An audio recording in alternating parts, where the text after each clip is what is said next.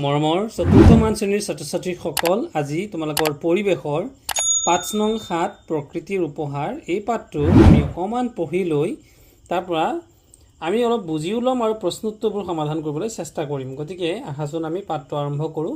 তোমালোকে যদি নতুনকৈ মোৰ চেনেলটোলৈ আহিছা তেতিয়াহ'লে চেনেলটো ছাবস্ক্ৰাইব কৰি দিবা আৰু ভিডিঅ'টো সম্পূৰ্ণকৈ চাবা যাতে সকলোবোৰ তোমালোকে পাঠৰ পাঠভিত্তিক প্ৰশ্ন উত্তৰবোৰ বুজিবলৈ সক্ষম হোৱা। ইয়াতে দিছিলে প্ৰকৃতিৰ উপহাৰ। প্ৰকৃতিয়েনো আমাক কি উপহাৰ দিছে বা দিয়ে তাৰে এটা আমি আলোচনা কৰিম। মাঘ বিহুৰ বতৰ, লিজা আৰু তাইৰ ককায়েক দীপমণি, গতিকে লিজাৰ ককায়েকৰ নাম হৈছে দীপমণি, গাঁৱত থকা খুৰাকহঁতৰ ঘৰলৈ গৈছিল। তোমালোকে মাঘৰ বিহুৰ সময়ত বিদ্যালয়ৰ পৰীক্ষাবোৰ শেষ হোৱাৰ পিছত অলপ ছুটি পোৱা নাইবা গৰমৰ বন্ধত ছুটি পোৱা। গতিকে লিজা আৰু তাৰ ককায়েকে দীপমণি গাঁৱত থকা খুৰাকহঁতৰ ঘৰলৈ গৈছিল। ৰাতি খাই বৈ সোনকালে তেওঁলোকে শুই পৰিছিল। ৰাতিপুৱা শুই উঠিয়ে লিজাই আইতাকক বিচাৰিলে। আইতাকে মাখন বৰণৰ কাপোৰ এখন গাত মেৰিয়াই বাহিৰত জুই পুৱাই আছিল। গতিকে তোমালোকে বাৰু জুই পুৱানে? ঠাণ্ডাৰ দিনত জুই পুৱাই কিন্তু বহুত ভাল লাগে। তাই দৌৰি আহি আইতাকৰ কাষতে বহিল। আইতাকে গাত লৈ থকা কাপোৰখনত হাত ফুৰাই লিজাই সুধিলে, এয়া কেনেধৰণৰ কাপোৰ গাত লৈছে আইতা? আইতাকে মিচিকিয়াই হাঁহি ক'লে, এইখন এৰী কাপোৰ। লিজাই আচৰিত হৈ আকৌ সুধিলে, কি এৰী কাপোৰ? আইতাকে ক'লে, এৰী পলুৰ লেটাৰ খোলাৰ পৰা সূতা কাটি এৰী কাপোৰ বোৱা হয়। মৰমৰ ছাত্ৰ ছাত্ৰীসকল, এতিয়া লেটা মানেনো কি আমি ইয়াৰ পিছৰ পাঠটোত বা পৰৱৰ্তী পৃষ্ঠাটোত চালেই গম পাম।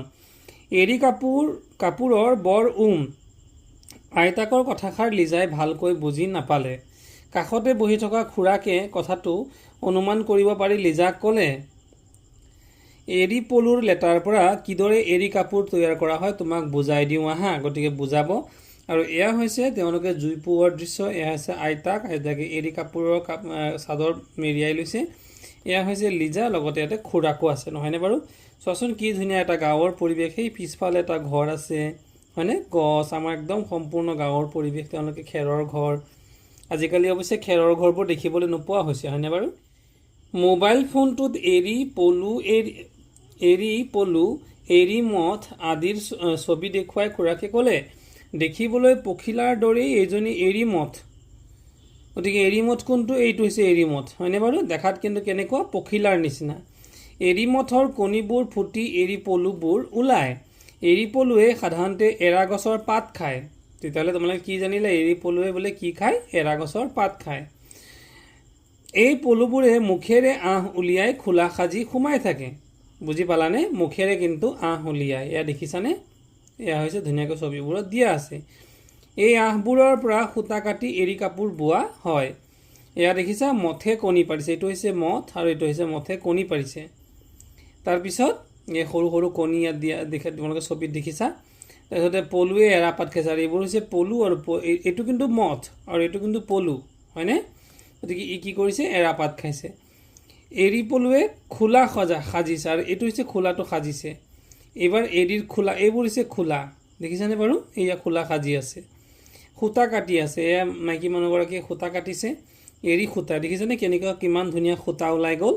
তাঁতশালত কাপোৰ বৈছে, এৰী সূতাৰ পৰা কাপোৰো বৈছে। হৈছে এৰী কাপোৰ, এইটো হৈছে এৰী কাপোৰ। মানে একেবাৰে এৰী মথৰ পৰা আৰম্ভ কৰি কণী পৰাৰ পৰা আৰম্ভ কৰি কণী পোৱালি ফুটি যিটো পলু ওলাল তাৰ পৰা কেনেকেনো এৰী কাপোৰ হ'ল, এই গোটেই এটা দৃশ্য বা গোটেই এটা পৰিঘটনাবোৰ দেখুৱাই দিয়া হৈছে। এৰী পলুৰ পৰা এৰী কাপোৰ কেনেদৰে পাওঁ এতিয়া বুজিলানে? বুজিলোঁ খুৰাদেউ, লিজাই মূৰ দুপিয়াই ক'লে। কথাবোৰ শুনি থকা দীপমণিয়ে মাত লগালে, আইতাই গাত লৈ থকা এইখন এৰী চাদৰ। এৰী চাদৰৰ বেছি বাবে শীতকালত ব্যৱহাৰ কৰা হয়। খুৰাকে ক'লে, আজিকালি নানা ৰং কৰা এৰী কাপোৰ পোৱা যায়, মানে ৰং কৰা এৰী কাপোৰবোৰত আকৌ ৰঙো কৰে। এৰী পলুৰ পৰা এৰী কাপোৰ কেনেদৰে প্ৰস্তুত কৰা হয় সেই কথা জানি লিজা অভিভূত হ'ল। তাই প্ৰকৃতিৰ অৱদান, এৰা গছ, এৰী মথ, পলু আদিৰ কথা ভাবি প্ৰকৃতিলৈ ধন্যবাদ জনাই এখন চিঠি লিখিলে। হয়নে বাৰু? কালৈ লিখিছে বাৰু? প্ৰকৃতিলৈ লিখিছে। তোমালোকে বাৰু দেখিছানে কেতিয়াবা সৰু সৰু চৰাইবোৰে কিছুমান বাঁহ সাজে, নহয়নে? সেই বাঁহবোৰ কিন্তু তোমালোকে বহুতে কি কৰা, কেতিয়াবা ভাঙা দেখা যায়, তোমালোকে ভাঙি দিয়া। কিন্তু কেতিয়াও তেনে চৰাইৰ বাঁহ ভাঙিব নাপায়, কাৰণ বহু কষ্ট কৰি চৰাইবোৰে বাঁহ সাজে। ঠিক তেনেকৈ এৰী পলুৱেই হওক, চৰাই হওক, এইবোৰ প্ৰকৃতিৰ একোটা উপাদান, আৰু এইবোৰে কিন্তু আমাক বহু উপকাৰ সাধন কৰে।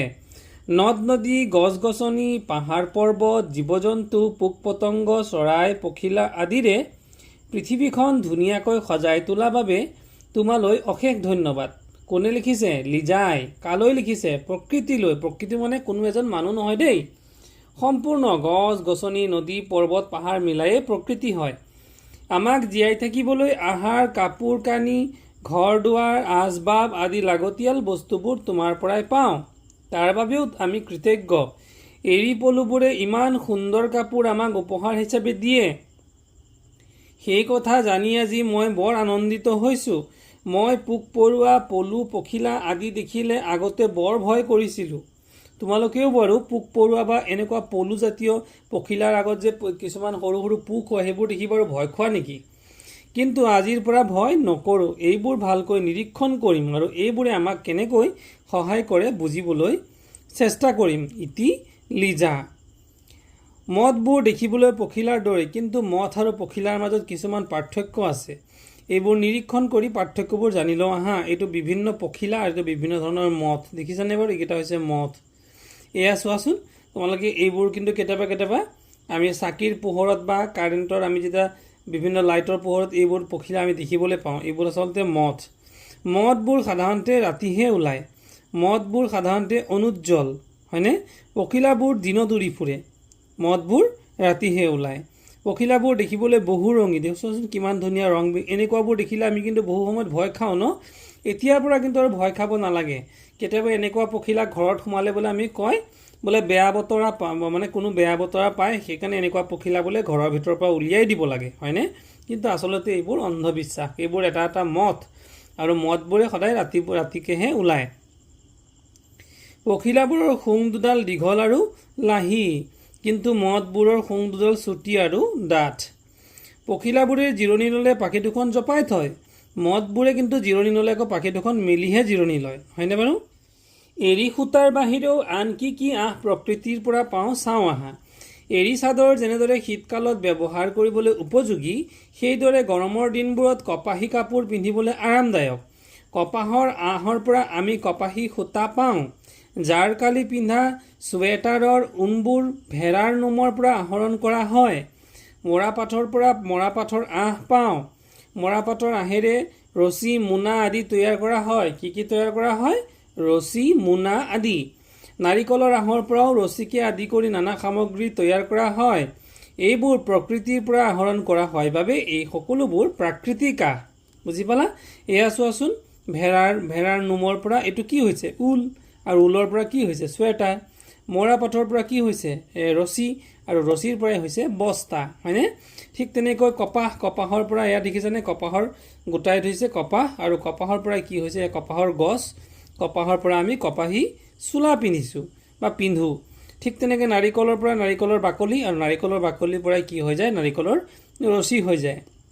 অসম এৰী, পাট, মুগা কাপোৰৰ বাবে বিখ্যাত। অসমৰ জলবায়ু এইবোৰ উপাদানৰ বাবে উপযোগী। এৰী সূতাৰ দৰেই পাট, মুগা, পলুৰ পৰাও বিশেষ পদ্ধতিৰে সূতা উলিওৱা হয়। সেই সূতাৰ পৰাই তাঁতশালত বৈ কাপোৰ প্ৰস্তুত কৰা হয়। আমাৰ ৰাজ্যত পৰম্পৰাগতভাৱে তৰা গছৰ আঁহৰ পৰা তৰা ৰছী বা তৰা পঠা তৈয়াৰ কৰা হয়। গৰু বিহুৰ দিনাখন এই তৰা পঘা তৈয়াৰ কৰা হয়। গৰু বিহুৰ আগদিনাখন এই তৰা পঘা গৰুৰ ডিঙিত পিন্ধোৱাৰ নিয়ম অতীজৰে পৰাই চলি আহিছে। গতিকে কি গছৰ? তৰা গছৰ পৰা তৰা পঘা বনোৱা হয়। আমি গৰু বিহুৰ দিনাখন পিন্ধা হয়। এইটো কিন্তু জানিবলগীয়া কথা দেই। আমি বহুতে ভাবোঁ বা বহুতে কেতিয়াবা মৰাপাটৰ ৰছীৰে বুলিয়ে আমি ভাবিছোঁ, আচলতে সেইটো নহয়, তৰা গছৰ পৰা সেইটো বনায়। আজিকালি আধুনিক কৌশল প্ৰয়োগ কৰি কলগছৰ আঁহৰ পৰাও বিভিন্ন প্ৰস্তুত হৈ আছে। চোৱাচোন কলগছৰ আঁহৰ পৰা কি বনাইছে?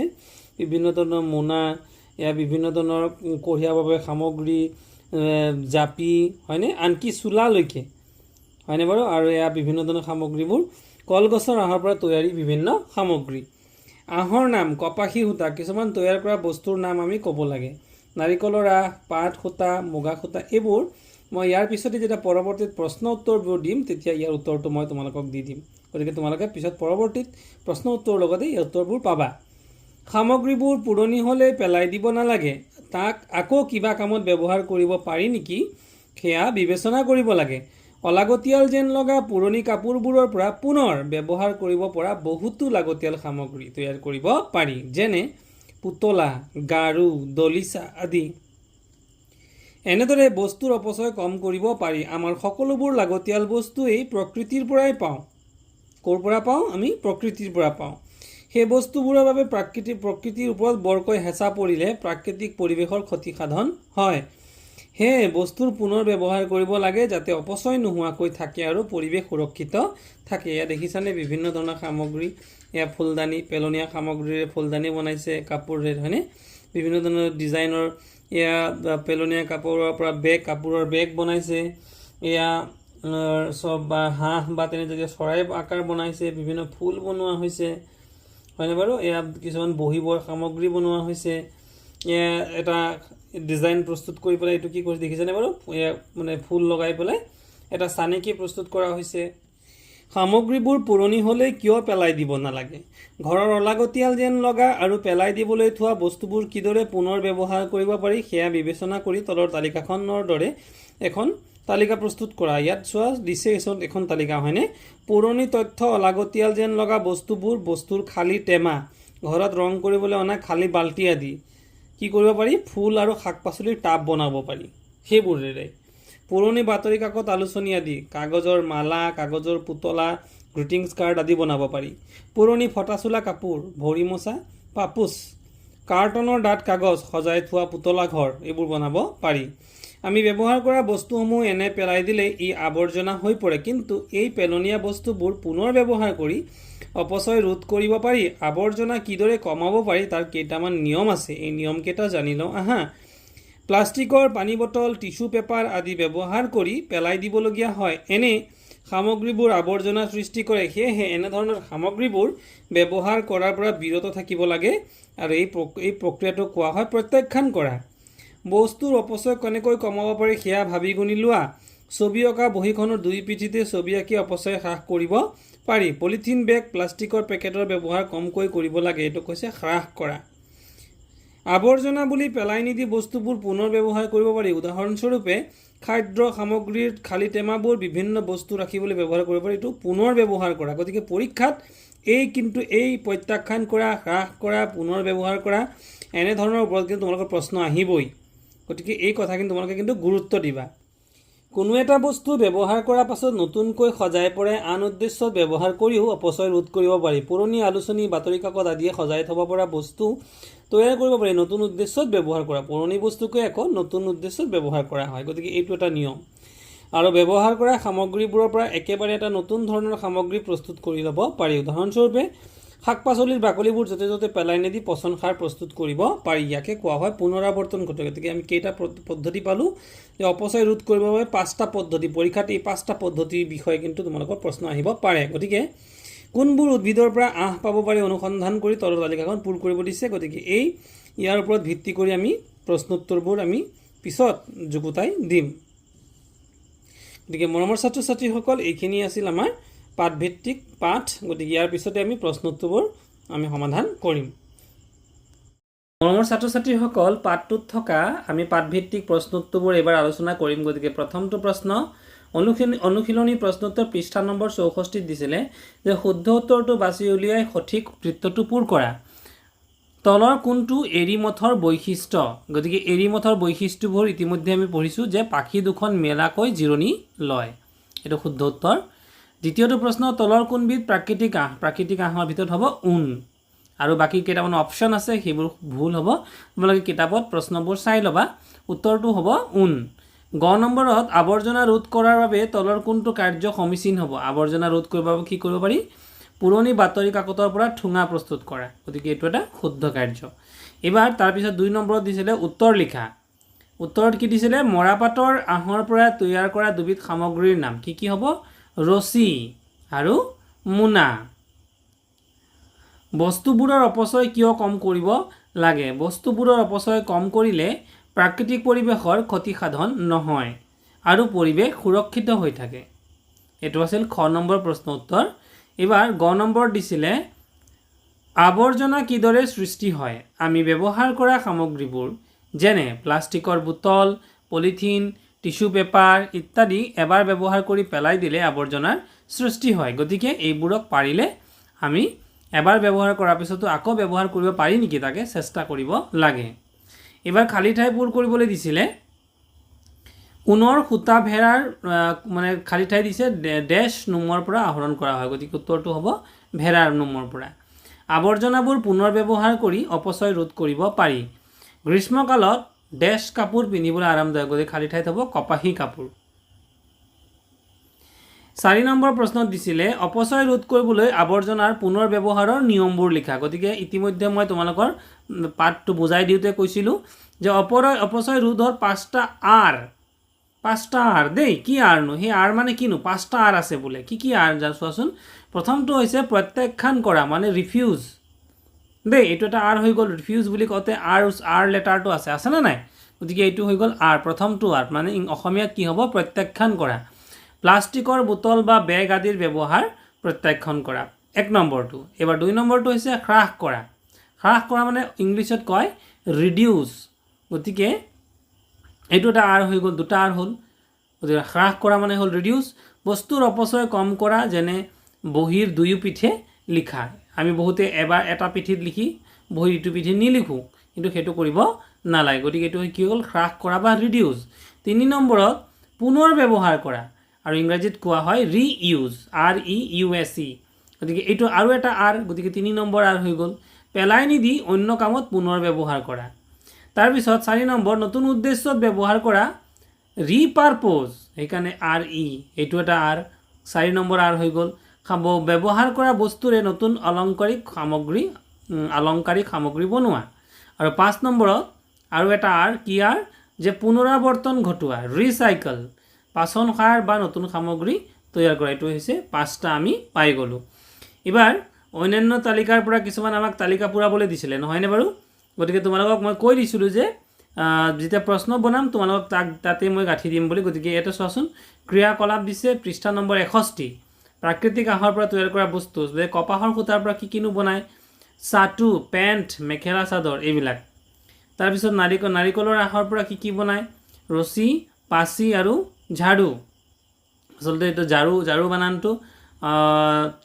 ঠিকই আছে বাৰু ঝাড়ু বনোৱা হয় নহয়নে বাৰু নাৰিকলৰ আহৰ পৰা তাৰপিছতে পাটৰ সূতাৰ পৰা কি বনোৱা হয় পাটৰ চাদৰ বনোৱা হয় মেখেলা বনোৱা হয় পাট সূতাৰ পৰা তাৰপিছত মুগা সূতাৰ পৰা মুগাৰ সাজ পোছাক বনোৱা হয় এবাৰ প্ৰকল্প পৃষ্ঠা নম্বৰ 63 উদ্ভিদৰ আহৰ তালিকা কি যে কোনবিলাকৰ পৰা আহ বনোৱা মানে আহ তৈয়াৰ কৰা হয় মৰাপাট কাণ্ডৰ ছালৰ পৰা কাম হৈছে ৰছী মোনা আদি তৈয়াৰ কৰা কপাহ গছ ফলৰ গুটিৰ আহৰ পৰা কাম হৈছে কাপোৰ আৰু সূতা তৈয়াৰ কৰা নাৰিকল ফলৰ বাকলি কাম হৈছে নাৰিকল ফলৰ বাকলিৰ পৰা বনায় আহটো বনায় আৰু এই আহখিনি কিহত কামত লগায় ৰছী আৰু পাচি তৈয়াৰ কৰাত ব্যৱহাৰ কৰে গতিকে মৰমৰ ছাত্ৰ ছাত্ৰীসকল এইখিনি আছিল আমাৰ পাঠভিত্তিক প্ৰশ্নৰ লগতে পাঠৰ ভিতৰুৱা প্ৰশ্ন যদি ভিডিঅ'টো তোমালোকে ভাল পালা তেতিয়াহ'লে ভিডিঅ'টো লাইক কৰি দিবা বন্ধুবৰ্গৰ মাজত শ্বেয়াৰ কৰি দিবা আৰু যদি প্ৰথমবাৰৰ বাবে মোৰ চেনেলটোলৈ আহিছিলা তেতিয়াহ'লে চেনেলটো ছাবস্ক্ৰাইব কৰি দিবা ধন্যবাদ